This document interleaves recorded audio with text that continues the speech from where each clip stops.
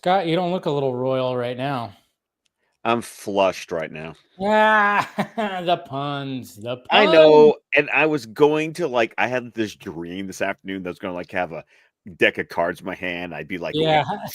and then I went, shit, I forgot. And then I went to grab it. I was like, and they're still shrink wrap. Damn it. Oh man. Yeah. Show prep. What It prep? happens though. I don't know how many times. I know. We actually do show prep. We I watched the episode if we're lucky.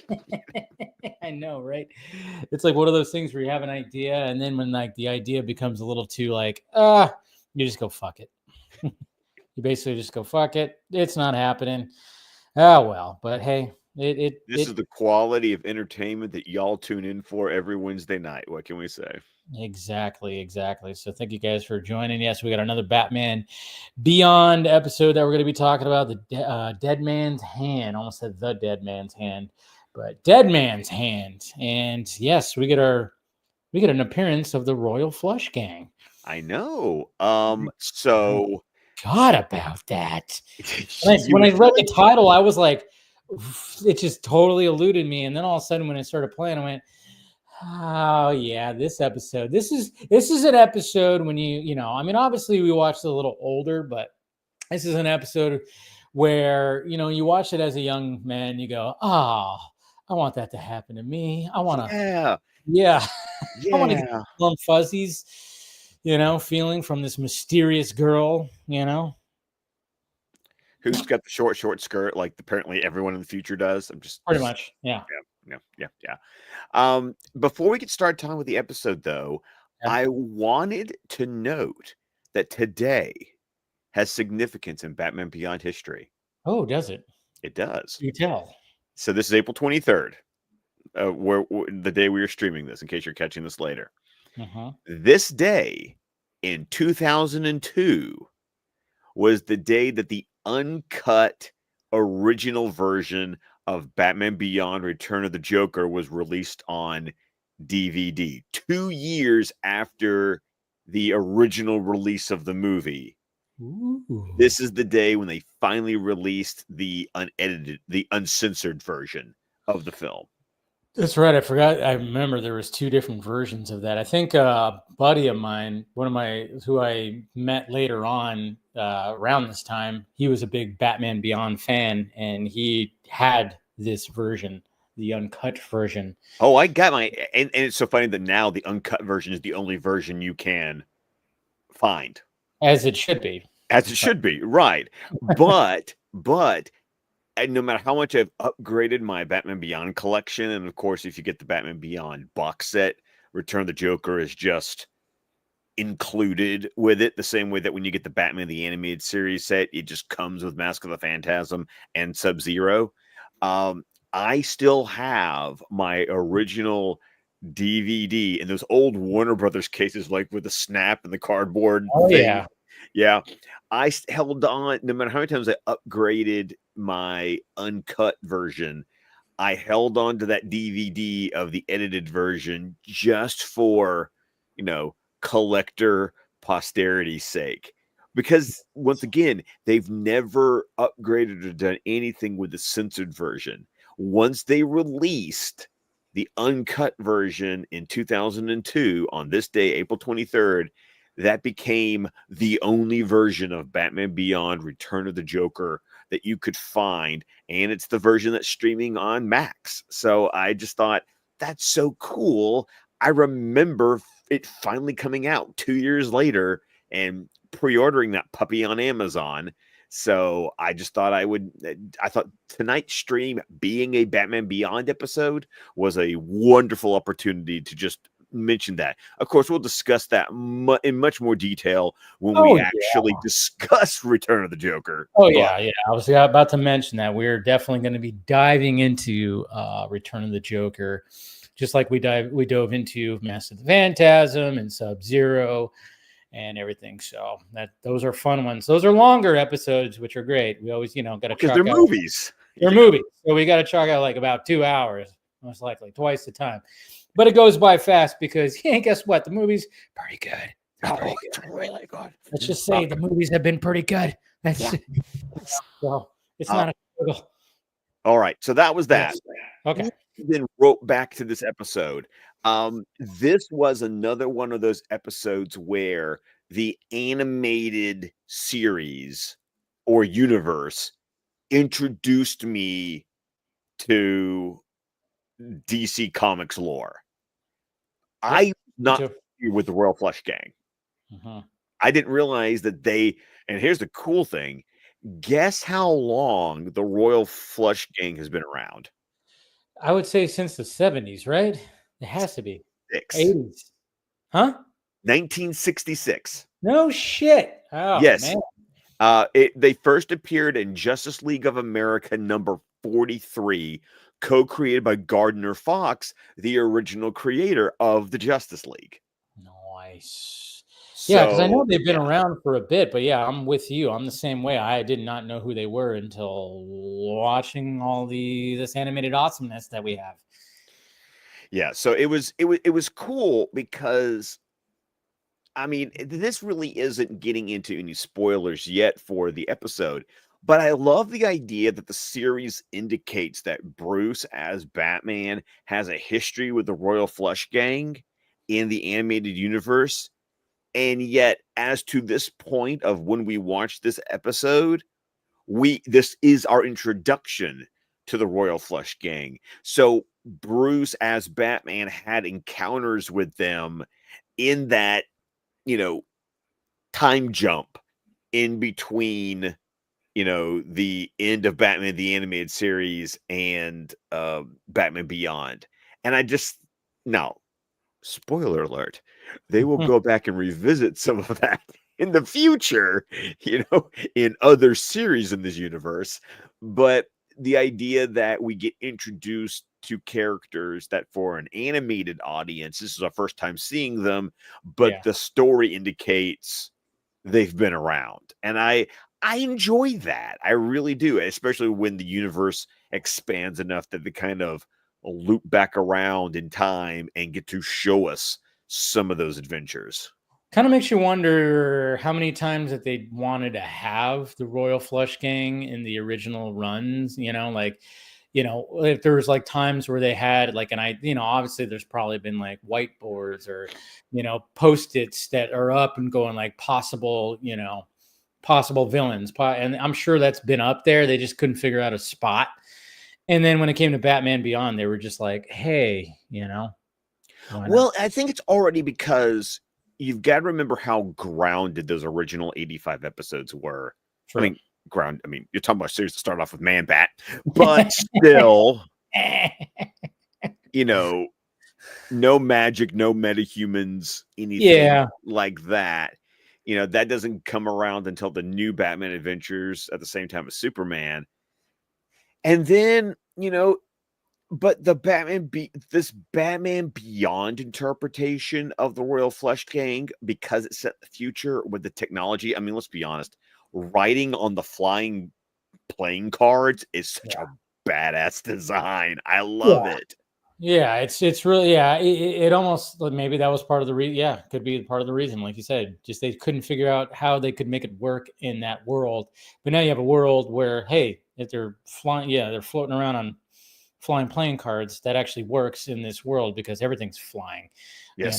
So it does work. And when you're trying to figure out new villains for this new Batman, where you're trying so hard not to recycle as much. I mean, obviously there's going to be, we already had Mr. Freeze come back.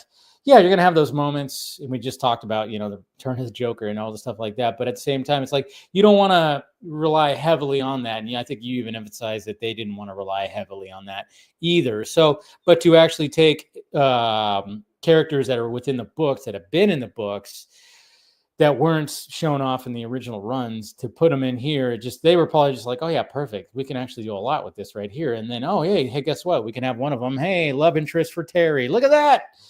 And they do a really good job. The music and everything is ridiculous. I forgot. I was just like, oh god, the music is so like, yeah.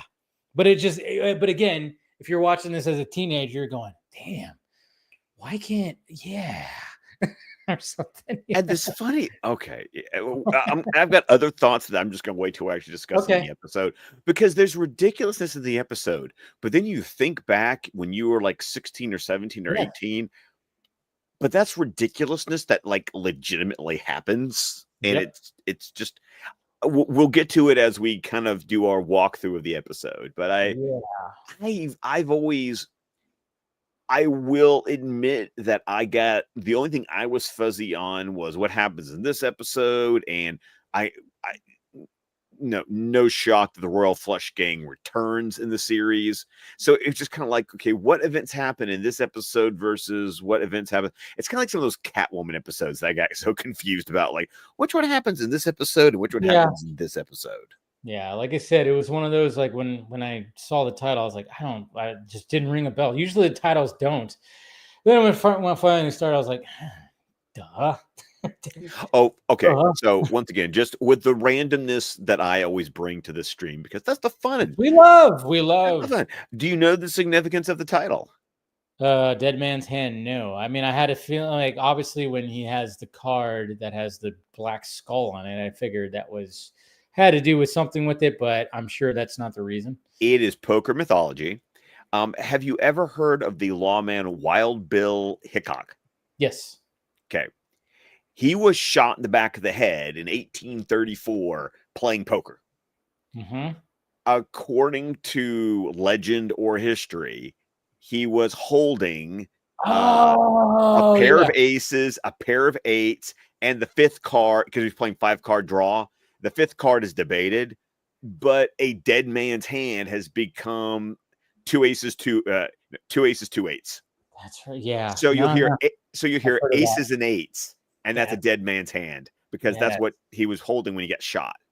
Okay, yeah, I did hear about that. Damn, crazy. See the layers, man. Bruce Timm and company just having the layers with all that. That's cool. Yeah. Yeah, If any of you are fans of, and I still need to watch it because I've heard amazing things about it, but if any of you have ever watched Deadwood on HBO, yeah, I've heard good things too. I've heard amazing things. Keith Carradine plays Wild Bill in that series.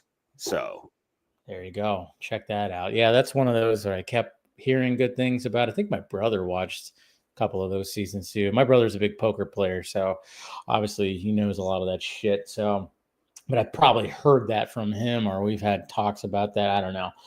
But that's cool. I love that. I love that. But yeah, when we first start off right here, we got like a yacht, obviously, you know how episodes start off, you get a yacht, bad things are going to happen on a yacht, which they tend to do. And then, yeah, there's a bunch of rich, snobby people on a yacht. And, it's always funny because anytime that happens, you go, they're probably going to get robbed. Something's going to happen, but you don't really care because it's rich, snobby people that we just don't even give a shit about. But they rich their dicks. Like that's yes. They're rich dicks. That's what it is. And then, of course, the Royal Flush Game comes. They come flying in on their playing cards, and this is during the day, so naturally they're going to be robbing everybody that's on here. And then, of course, Batman is doing his thing, and of course he's talking to Bruce. And then this is what I love too. He goes, "They travel in your circles." He says that we travel in your circles, like because obviously Bruce knows who these people are. But yeah, just the fact that he's saying that is like it was just again the banter between Bruce and Terry is just it's kind of like that line from last week's episode when we did Shriek. It's like, is this one of yours? Yeah. Like, that's like another way of Terry going, do you know who these people are, or is this someone new? Yeah. And so I just love that traveling your circles right up there with not one of mine. Yeah. So I know it kind of reminds me of the humor of "Is she with you? I thought she was with you," kind of thing, just subtle. It's nothing like in your face. It's just subtle banter between two characters where it's just, and then if it's like one of those, if you know, if you don't know these characters, you're like, what does that mean? But obviously you're watching this because you know these characters and you know exactly what Terry is alluding to. And it's great. But at the same time, if you're watching this fresh, maybe you don't know the Royal Flush Gang, is like, wait a minute. Well, what are they tied to the Joker? What's going on here? Like, you know, it could have been a little confusing if you didn't. And I can't remember, like, when I first watched this episode, if I, you know, caught that or anything like that. No. I mean, one of the biggest things were, what was interesting about this episode was the fact that when I'm going, oh yeah, the Royal Flush Gang, this is the Royal Flush Gang introduction, this episode, and then I immediately thought, oh fucking a, there's that short film, that Batman Beyond short film that came out with what's his name, who played Beast Boy in Titans. You saw the little trailer, the little short film, right? Yes. Yeah. Yes. Ryan Potter was the actor's name. Ryan Potter, yes. Essentially, it's this episode that it's based off of, because we see him and Melody talk. We see the, you know, he doesn't know that she's part of the gang and all this kind of stuff and everything. So essentially that whole thing was like based specifically off of pretty much this episode. So I was like, oh yeah, that's right. It was like, it just, everything just started clicking right there, which if you haven't seen that short film, everybody go watch it. It's pretty good. But yeah, so then obviously, you know, Batman intervenes as he does. I missed that. I've missed hearing you say Batman intervenes. Batman intervenes with them robbing of this yacht. And it was kind of funny because, like, you know, when they're fighting, they're doing all this stuff, obviously action, action, action. Like, you know, the King dude, like, throws like a, you know, he throws something at him that kind of wraps Terry, you know, wraps him up. And I like how Terry gets out of it. Like, it's a cool maneuver because he gets wrapped up and then he just kind of like flips upside down, grabs like on a ledge, like to hang upside down. Leg like day. We don't remember Batman, no matter which Yes. Batman it is, Batman does not skip leg day. He does not skip leg days. And then he just gets himself out of it like that. I was like, wow, that's cool.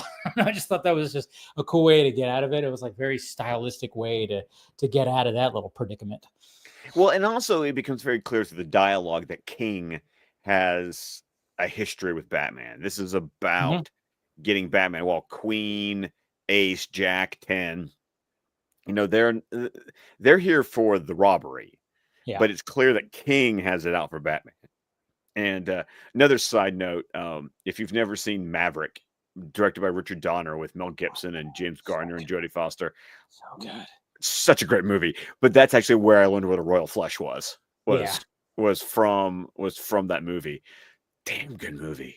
Really Such a good movie. Yeah, that's one of those that do not sleep on that movie. If you haven't seen that movie yet, it's enjoyable. It's like one of those you just enjoy from start to finish. It's just one of those. It's a 90s action comedy, like Lethal Weapon in the Old West. Yes. Which, if you haven't watched it, there definitely is going to be a nod that you might see. There's definitely a nod. Yes. It's so great. And it's cool too, because what's the old what's the dude's name? Not Mel Gibson, but Garner. Yes, he starred in the original Maverick, the TV show. Yes, the TV show, which I had no idea, of course. And then, of course, my mom was like, "Oh yeah, there's a whole," and which is what's cool too, because he was originally that, and then it plays into the whole movie. It's just one of those, like, it's a feel good movie, it's feel good Western movie and everything. So with lots of poker. If you enjoy poker, if you just enjoy watching fun poker playing, it's just fun. Alfred Molina is in it. Come on, he is in it. That's right. Yeah. Oh, so Jodie Foster. She's if you don't have a crush on Jodie Foster at the end of that movie, just saying.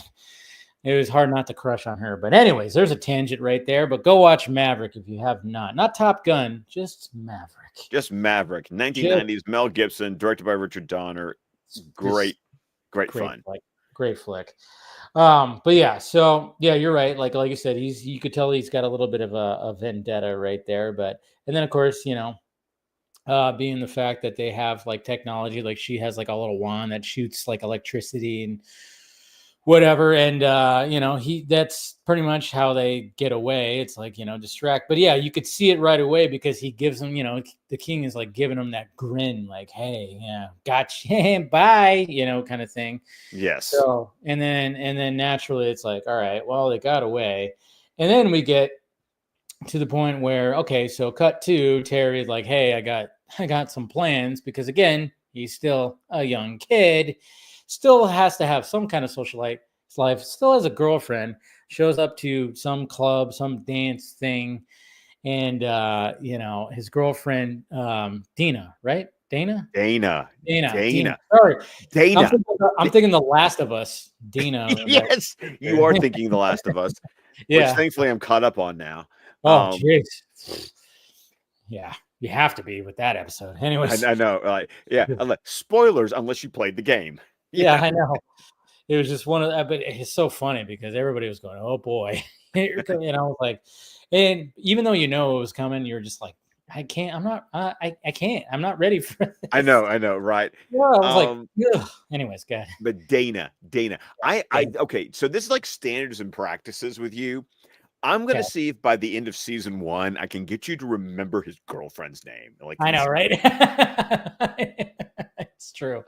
It's true. I've had some struggles with that because if you guys remember, for a while, probably about 2 seasons, probably took about 2 seasons, maybe 3. I think it took. I think it did take 2 seasons. Yes. Yeah, that where I couldn't remember standards and practice. It just would not stick for some reason. Just standards and practices just would not stick in my brain. But yeah, now I can't remember the freaking girlfriend's name, but Dana.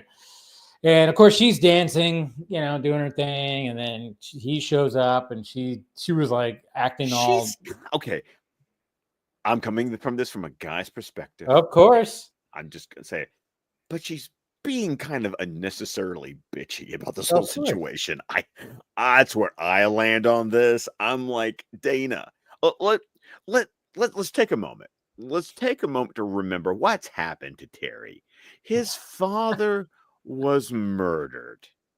That leaves his already divorced mom now completely on her own with 2 kids, and Terry has taken on an after-school job with frickin' billionaire Bruce Wayne as a way to help support his family. That's definitely how it's presented in the end of Rebirth Part 2. Doesn't matter, Scott. Doesn't matter. I feel it's kind of like when my wife gets mad at my work schedule and it's like, I didn't write it. Yeah. They tell me when to show up. I show up. And then what do I do? Put food on the table. Just like that food stuff and the food stuff, to pay the bill, the pay bill, the bills thing. The bills thing. Yeah. You gotta start thinking in that sense. Yeah. But no. But so Dana, I mean, on one side I can go, okay, yes, it's got to be really frustrating that your boyfriend can never show up on time for anything. Yes. But I feel like there's got to be some sort of understanding of he has a frickin' job.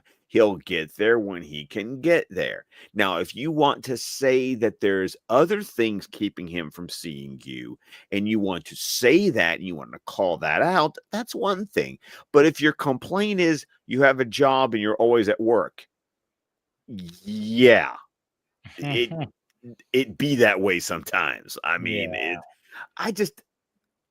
I was trying to figure out if I felt like that it was conveniently written dialogue to push him towards Melanie in this episode, or does this feel like, based on this being the 8th episode, that this would be considered in line with Dana's character? I think for me to personally answer that question, we got to see is he just back with Dana in the next episode, or do we have, some character development of them having to try work stuff out and get back together? Yeah, it's going to be interesting because Terry is just not even having it, which was good. I thought good for Terry. He was like, you know what? He was just kind of like, fuck this. He kind of was just like, hey, you know what? I'm done. If this is not, if you're going to act like this, then I'm done. I'm going to walk away. He's late, and then it's just, yeah. But then right off the bat, as he's walking away, God, we get this, cute little blonde in a skirt, who just kind of just comes out of nowhere, and she's pretty seductive because when she's talking, she gets in these weird poses. I don't know if you noticed. Thank you. Oh no, I noticed it. Yes, her butt sticks out a lot. I was like, what are you guys doing here? She's literally just talking and just just the way that she's posing, like, sticking her butt out. I'm like, geez. I mean, you might as well just say, have a sign. My God, and some arrows pointing.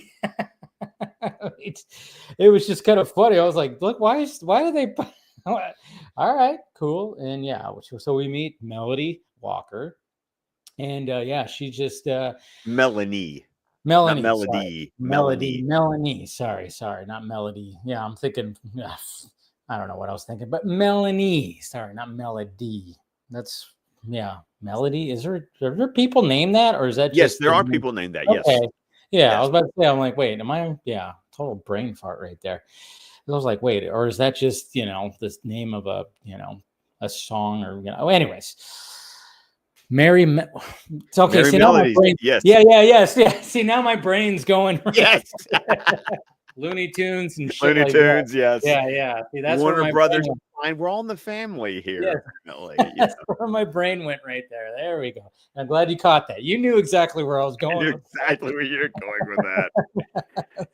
But so we meet her, and of course sparks fly, and she's totally just doesn't hold back. She just flat out kisses him, and then says, "Hey, let me meet me here tomorrow." But yes, she just flat out kisses him. But at least it's justifiable character-wise, because, like you said, because she is so transient. Yeah, with her family, we know what's going on. Yeah, Perry doesn't. She kind of has a now or never mentality. Well, this might be the only time I get to see this cute boy. I might as well just go ahead and, go for it. Yeah, go for it. And I've had experiences like that, so it's not like it's unheard of. It's not like it never happens. It's every young man's fantasy. Tell me about it. Funny enough, though, did you recognize Melanie's voice? I did not. Okay. The actress was one of those names. It's like, I've seen this name all over the place, but I had to do a little research. Look it up. Totally go. Olivia Diabo. Okay, wait. Okay, before I look it up, okay, please. I'm gonna take a guess. Okay, was she the big sister in Wonder Years? Yes, she was. Thank you. I knew that name. Hell yeah. Okay. Yes, I know who exactly you're talking about. She was also in a movie with Dana Carvey that I loved as a kid called Clean Slate. Look that one up, folks. Yeah. When Dana Carvey was at the height of his powers after Wayne's World, he started a movie called Clean Slate. Ridiculous movie, but she was in it, and she has a very hot scene. Well, you know what her first movie was? What? Conan the Destroyer. Oh, that's right. She was in that. She's the princess. Yeah. Yes, I remember that. Yeah. Yep. Yeah. She's not as good as Conan the Barbarian, not by a long shot, but yeah, I remember her being in that too. But I specifically, if you watch the Wonder Years, she was the older hippie sister. The older hippie sister. Yep. Yeah. When he said that, it just that name just totally rings. Okay, so there you go. Is any of the other voice acting in there? Oh yeah. Shit. Okay, so since we're talking about voice, all right, is somebody that significant as the king? Yep. Who is that? George Lazenby. That sounds familiar. Oh, it should. Lazenby, Australian actor. Yep. See, they're showing. Oh, okay. Yep. He was a Bond. Yeah, on Her Majesty's Secret Service. Duh, he was the first Bond, right? No, second Bond. No, second Bond. He was the Bond. He was the first Bond. Right. Connery did You Only Live Twice. Connery left the role. They used George Lazenby to play on Her Majesty's Secret Service. They brought Connery back for Diamonds Are Forever. And then we moved into the Roger Moore era. So he's famously the Bond who was only Bond, one time. He's the one Bond, the one-off one. He's the one-off one. However, his movie was the most faithful adaptation of the novel that it's named after. No, I remember I remember a while ago, I was like, I went deep onto like James Bond movies. I think it was because I downloaded Pluto TV, and they had literally had a channel dedicated to it. And I was just had Bond movies just playing and playing and playing. And then his came on, and I remember just like kind of looking it up and being like, oh yeah, okay. So he was the only one that did it one time. But then at the same time, when I was like diving into that movie and then even watching it, I went, this is not as crazy as the other ones. And then when I was looking at, things about it, I was like, oh yeah, this is the most faithful to the novels, because we have to remember, I even had a conversation with somebody recently because, obviously when everybody's anticipating the new James Bond and everybody's just, I was talking about Bond purists with this person. And they're like, well, technically, if you're going to be a Bond purist, you have to be, you want these to be more like the novel. And the movies, except for one, is not like the novel. That's what he said. I was like, oh yeah, it's that one. And it's true. Like when you watch it, you go, huh, yeah, not as crazy as the other ones. That's no. And when you go and read the book, it's like Yeah. beat for beat. That's what It's I heard. crazy. Yeah. By the way, funny that we're talking about George Lazenby and On Her Majesty's Secret Service, and then I mentioned Return of the Joker earlier. Mm, There's an homage specifically to On Her Majesty's Secret Service that's awesome. in Return of the Joker. So teasing for more teasing for our discussion when we finally talk about Return of the Joker. Love it. So who's playing the Queen? Okay, Queen, a actress who's done a lot of work, but I don't know her. Her name is Amanda Donahoe. Yeah, doesn't sound familiar. She's a British actress. You look at her credits; she's done a lot of work, but but nothing. Not like George Lazenby or Olivia. That we go, oh yeah, Bond or the Sister in Wonder Years. She doesn't have anything like that. Anybody else? I didn't even look up the Jack. The Jack, right? Who plays Jack? Jack was a actor by the name of Scott Cleverton. I'm going to look him up right now. Let's see. Anything? He's Scottish. Let's see. Oh, this is hilarious. Nothing really big. He mainly made a splash as a voice actor. But in the 1990s Spider-Man series, What? he was the voice of Carnage. Carnage. Wow. See, look at that. That's so crazy. When you look up the voice of Carnage. There you go. So Jack is the voice of Carnage. So he's done a lot of voice acting, I'm guessing. Done a lot of voice acting. He did like 4 episodes of Gargoyles. That was, his big film role was he played an angel in The Prophecy 3. Oh, shit. You're talking about those Christopher Walken movies, The Christopher Walken movies, yes. That only the first one is worth a shit. Yeah. The first one's good, and then it just The rest of them were all like direct-to-video sequels. Yeah, they're all B-roll, fucking not so great. But that first one though, wow. Okay, so wow, I'm like an angel. I'm an angel. What are you talking about? Come on, God, he doesn't like me. Yeah. So where are we at here? So we just leave off because we were with Melanie and Terry because they kiss, and then they immediately are like, hey, let's meet this clock tower at midnight and see each other again, because that's what teenagers do. Any young man or just young people in general, like especially back in those days. I mean, I can't even imagine what it's like now. Now it's just like, hey, you have constant access. You didn't have access before, So like the whole thing of like, oh, this girl wants to meet me in a certain spot at a certain time. And there's been times, when you're young and you're like, when you can get to that, but then all of a sudden it's like, oh, there's a family thing or something happens or this, that, and this. Yeah, you're staring at that clock going, oh God. Yeah. It goes back to the idea that a watched pot never boils. Like it's seriously, the clock might as well be going backwards because you're just like, God damn it, So meet me at the park at this time, or meet me at the school or in front of the school or this, that, and this, and you're just the whole time you're just nah.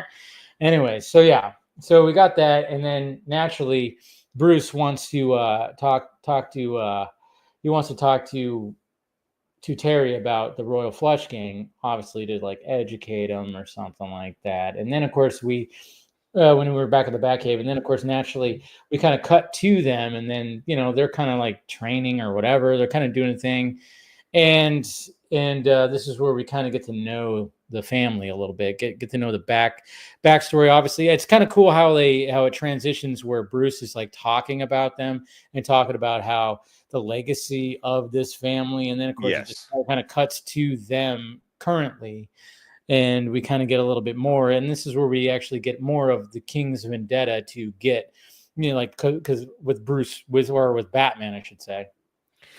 But it's with Bruce's Batman, and his whole point Yeah, was that Batman busted up a earlier iteration of the Royal Flush Gang that King was a member of. I think he indicates that he was Jack. He was the Jack. he wasn't King then. Yeah, He wasn't King then. He was the Jack of that iteration of the Royal Flush Gang. You gotta earn it. You're right. You do have to earn it, or somebody has to die.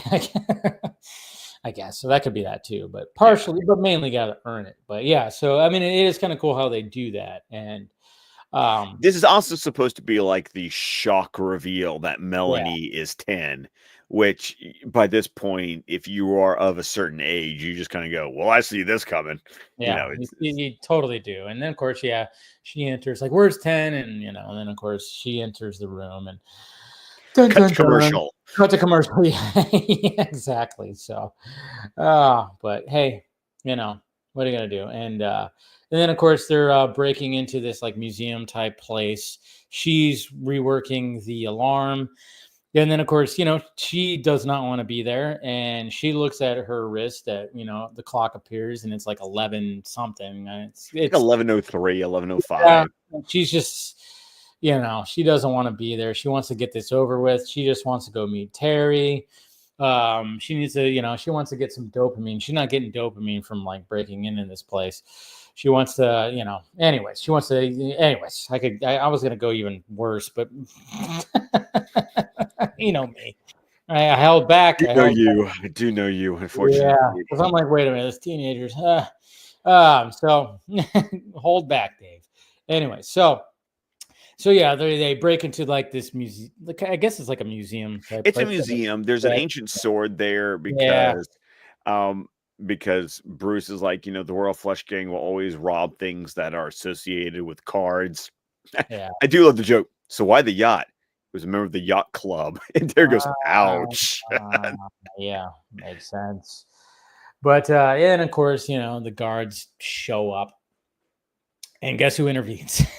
Batman. Who, by the way, was patrolling in the Batmobile, and he was even looking at his clock. They do a good job of displaying clocks because they really want to emphasize, because that's what they're thinking about. And yeah, of course, Terry is just, he doesn't, he wants to just, I want to get out of this freaking bat suit and just, God damn it.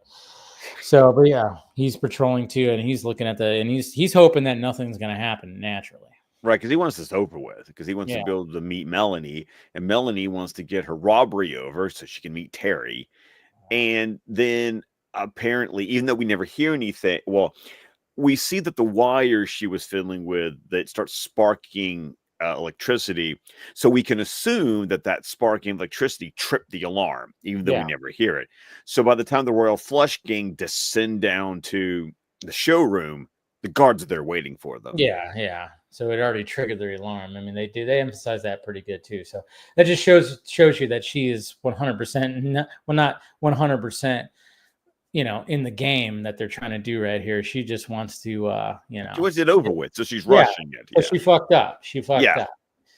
And then of course we get that line, "You don't look so royal now," or something like that. Obviously, when Batman shows up, but then of course he gets zapped by the Queen, and then it's they have their Batman tussles with it has a little tussle with 10, which is funny because we know when we know what's happening. Like he holds back because he's like, I'm not gonna. Obviously, this is a girl. I'm not gonna hit her. But then she just punched it. She just gave it back to him like bam. So hey, what can you do? Love hurts. Yeah, but of course, then you've got that one stupid guard that's like, dude, Batman's there. Can you just let him let Batman do his thing? But no, you have to step in to try to be a hero, and then you end up becoming a hostage. It's like, of course, I know. It's like when Batman's there, just like I don't know, be on guard over here. Who's handling over here? If anybody's going to show up right here, you handle it. You know, that's what these guards should do. All right, let me just protect your, what do they say, your 6 or your whatever. Watch your 6. Yeah, let me just watch your 6. While you're doing that, I got your back. If anybody else is going to join in, I'm going to warn you, or I'm going to shoot him. But no, this guard, of course, wanted to be a hero, and yeah, he ends up getting taken hostage. Dummy. Yep. And so, of course, the Royal Flush Gang flies away. Yeah. They still have the guard as a hostage. The point is, leave us alone. He'll be okay. Terry pursues, and King is like, fuck him. Yeah, just drop him. Drop him. Which is smart because he knows that Batman's going to go after him. He's like, drop him, so he's going to go rescue him, and then he won't be chasing us anymore. Which, of course, Batman does. Gets him, grabs him. Of course, just it's a little bit of a rough landing. So then breaks one of his wings, actually. Yeah. So then naturally, when he gets him down on the ground, it's like, okay, my leg. Let me get you to a hospital. So he gets him, and then as they're walking, it's a cool shot because you immediately see a big clock that says like 12:32 or something like that. Yeah, it's like it's already midnight. Yeah, so they're totally emphasizing that. Yeah, he's already way late when it comes to meeting.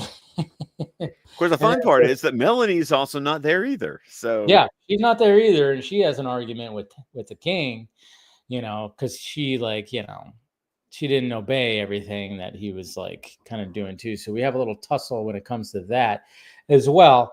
But then we get this dramatic. I mean, this is like the music, so melodramatic. You got rain, you got Terry running in the rain to the clock, and you have like this music happening, and then of course he just wants to get there. He's looking around, she's not there, and then of course then it's like and then eventually she starts running up, and then of course the embrace, they do that embrace where they twirl. Yes. Where she jumps into his arms and they do a twirl, and it's like, oh good Lord, so cheese. But at the same time, you're going, why can't it be like that when you're young like that? You're like, damn, And, of course, they kiss. Now we're 40-year-old men, and we just throw our back out if we try to do that. Yeah, no, that was like, no, yeah. If she runs at me like that, I'm going to fucking pull a groin or my back. Jesus Christ. She's going to fall down probably. Yeah, it's not going to be good. It's not going to be fun. Good God. I didn't know there had to be an old man joke in there somewhere for the two of us. So, oh, sad, but true. But yeah, so yeah.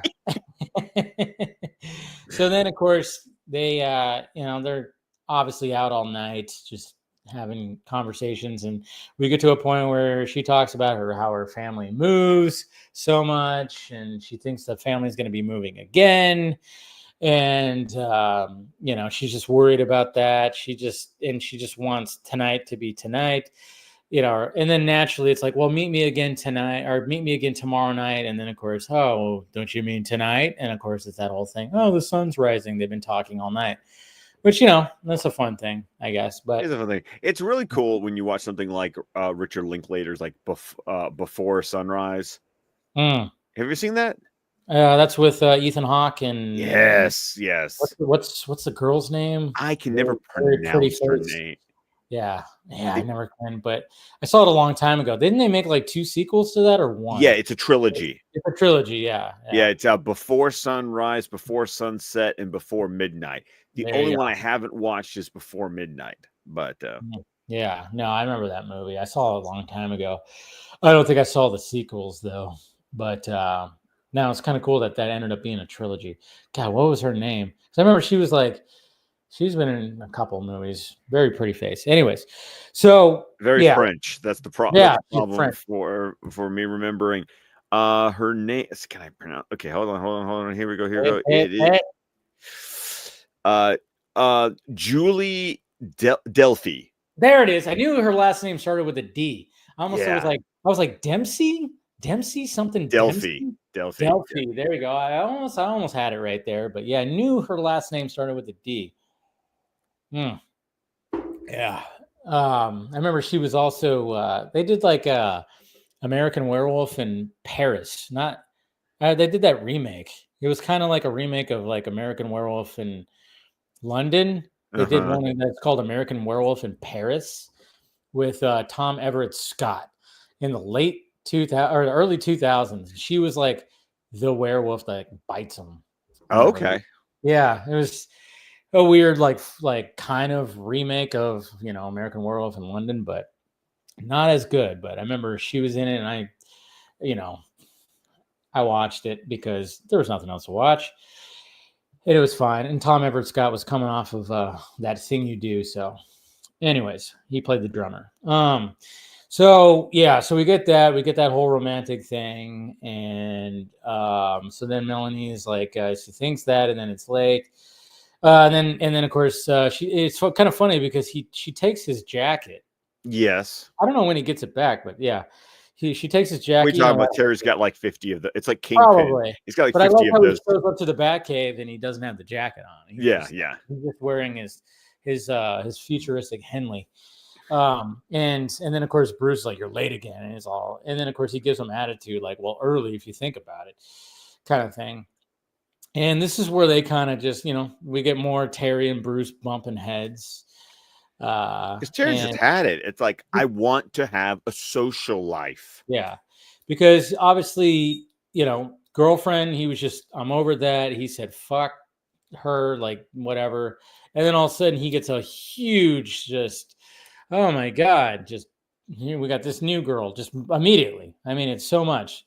I mean, he went from one emotion to the other of like, oh fuck, fuck Dana and whatever. She just doesn't understand and blah blah blah. I'm tired You of. got her name right, by the way. I'm proud of you. Yeah, see, I think I'm gonna be okay from here on, and we'll see what happens the next time we talk about Batman Beyond when she shows up. But I'm gonna call her Dina or something because because I follow Dina Meyer and she's still hot. Very hot. She's like a fine wine. Anyways, so yeah, so and then all of a sudden he gets this other girl and he just is like, I mean, obviously that's all he could think about right now. Is Melanie. That's all he could think about. So of course they're like back and forth. I mean, it gets pretty heated. It gets nasty. Yeah. You just want everyone to be lonely and miserable like you. Oh man, just saying everything that just it's not good. It's not good. And then of course he's like, I don't want to have to like be on patrol because you have a hunch kind of thing that they're going to be striking right here. Fuck that. And then of course Melanie is like arguing, with her family, same thing. And then her mom, I guess Queen, that's her mom, Queen. Right? Her grandma, yeah. I got or grandmother. No, I think mom. Yeah. I know what I got the sense. Okay. Here's a question I have for you, because when Melanie wants to leave and Queen is like, no, this family has been good to us. Okay. So here's my question. Do you get the sense that King is actually Melanie's father, or did Queen already have Melanie and then married King, and so King is more like her stepdad? I think that's more of that. Okay, like that's the vibe I got from it. Was that the vibe I was getting too? It doesn't seem like it's her father, but it's like, it could be like a stepfather kind of thing. And then the fact that when you have her mom go like, what is the deal with you? What's going on? And then of course Melanie's like, it's a boy, and she's like, oh, it's love, blah blah blah. And then but then she goes, this family's been good to us. Yeah, the way when she says this family's been good to us, that I think that's an indication that it's in fact that's not her dad. they got brought into this family. And Yeah, because that's he's how I. older, he's dealt with Batman, Bruce Wayne's Batman. So he's got to be in his 60s at least, At least. maybe. He's up there. And I mean, then he's already got white hair, so he's already got white hair. She's young, so yeah, I think it's like I think you're spot on when it comes to that. So of course, naturally, she's just like, eh. And then of course she has to do that whole, the dramatic. And I like how it's shot too. You just see like her in the dark room with a silhouette, and calling Terry like, "I can't see you ever again, ever," kind of thing. And Yes. and of course, naturally, what's cool about Terry though, it's not that he's just like, no, he's just going, something's wrong. So like, that Batman side of him, like, wait a minute, this doesn't seem right. And then he immediately goes to like a little like, Police box. Yeah, a little police box portal. I don't know what you want to call it, like a, something you'd find in a video game. To like, go up to like one of those, and then he just immediately has a specific card that of course Bruce gave him, so then he can hack into the system. Yeah, and then use the Bat computer essentially to just trace the phone, and then of course then he can find out where she made the call from, and then of course show up as Batman. By the way, really cool shot of his like half shadowed face reflecting on the screen. Yes, I saw that too. When everything's going, you just get like his reflection, and he's got like a stern look on his face, and it's only like half of it. I'm like, that's cool. That was a really great shot. Yeah, that was really cool. But yeah, of course he shows up, and they're off making their next score, which of course Bruce, hey, his hunch was right. But at the same time, Terry did a good job of, hey, obviously he didn't know. He didn't know. He was gonna stumble on that, but I mean, it was a good mistake, I guess you could say. Love, a heartbreaking love led him to the Royal Flush Gang.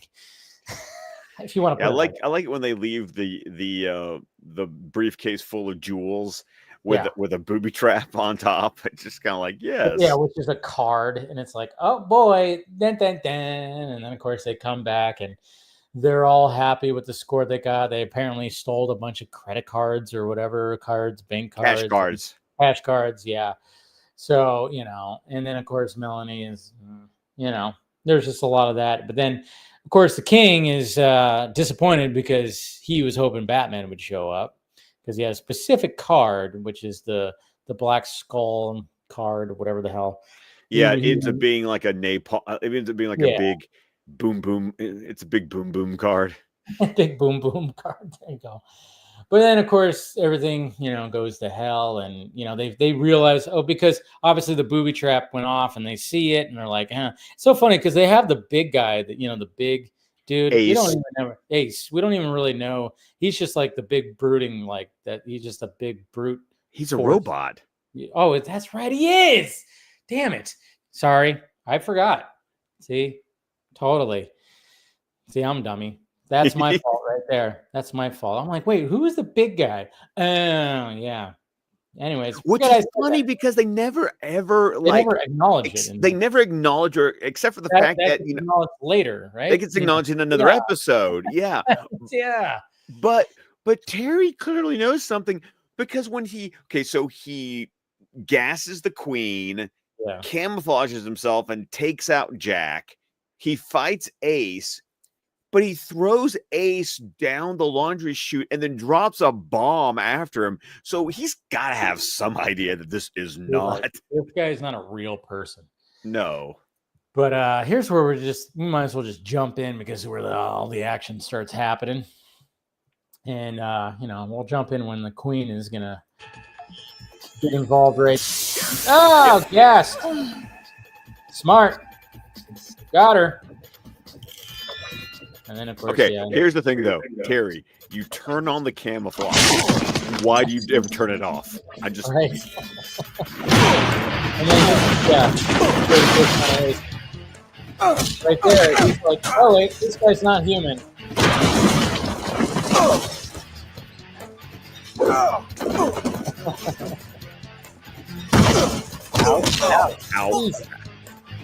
And this is where you're talking about the laundry.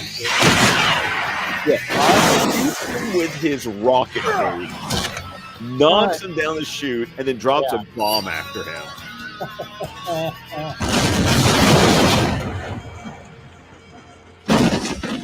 That'll take care of him. Yeah, but once again, no acknowledgement that he's a robot. Yeah. But clearly something's got to be going on. Yeah.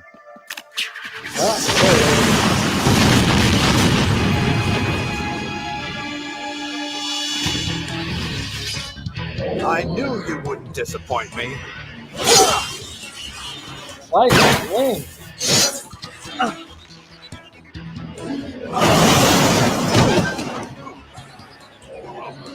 Ted, come get me. What are you waiting for? I love how Terry's like, don't. Yeah.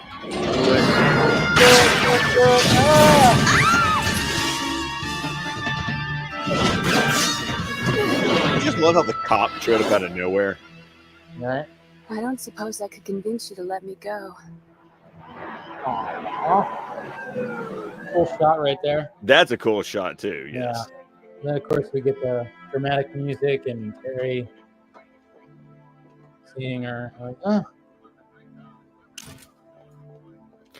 I think this is true too because Melanie doesn't know that he's Batman. Yeah. Mr. Wayne. But this is a great moment for her Those to things I realize, said. oh wait a minute, Terry knows that I'm a sorry. criminal. Yeah.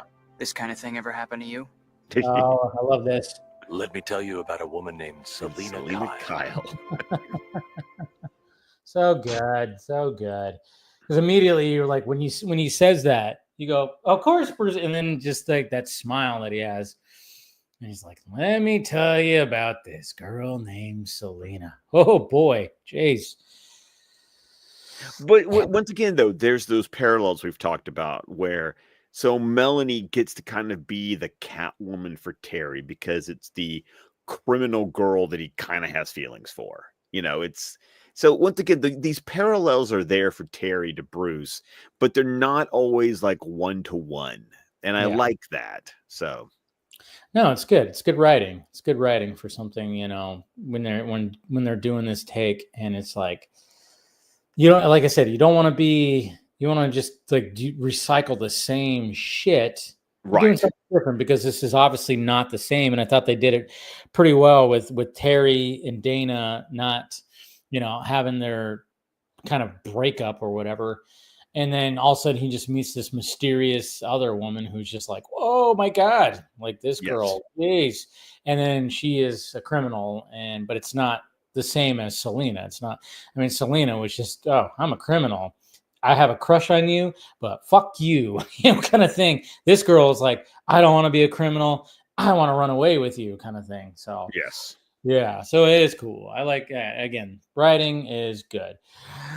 So there you go, folks. That is Dead Man's Hand. And what do we have next week? Wait, we don't have next week. We are taking a week off.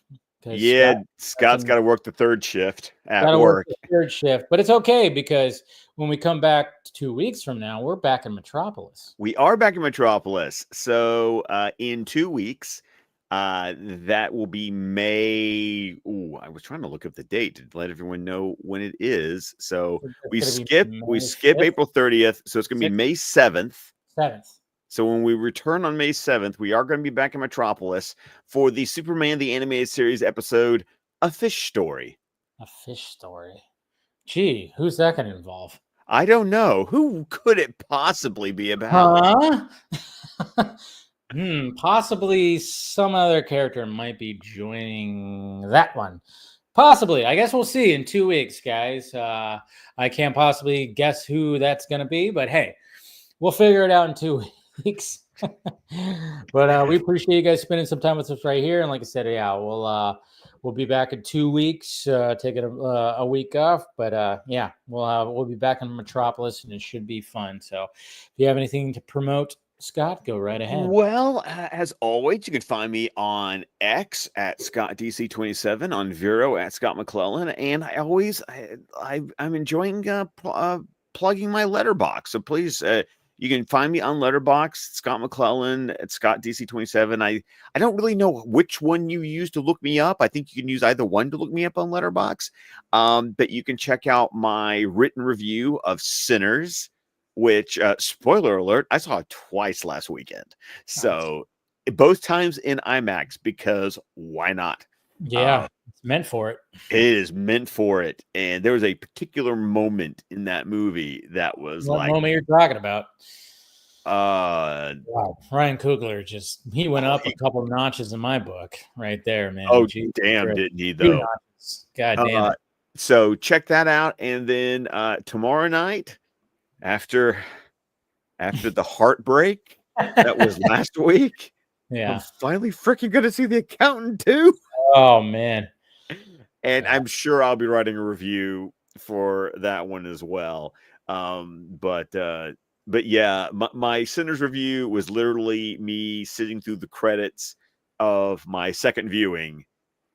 Because, by the way, there is something at the end. Stay through all the credits of Sinners, folks, if you've not watched it yet. And I was writing my review during the credits to finally coalesce my thoughts after my second viewing. And then, but yeah, like I said, Accountant 2 coming out. I'll be seeing that like 10 o'clock tomorrow night. And I'm sure I'll be posting a review about that as well. Cool. All right. I'll see you guys. Hit that like, thumbs up. My first reaction to The Accountant 2 is not going to happen on Thursday because I'm going to be one of those that's going to be seeing the 20th anniversary of Revenge of the Sith tomorrow with the family, which should be fun. But then I'm going to see The Accountant 2 on Friday. But see, Dave, that just means that I have the higher ground. You have the higher ground. Look at that. Look at that. If you know, you know.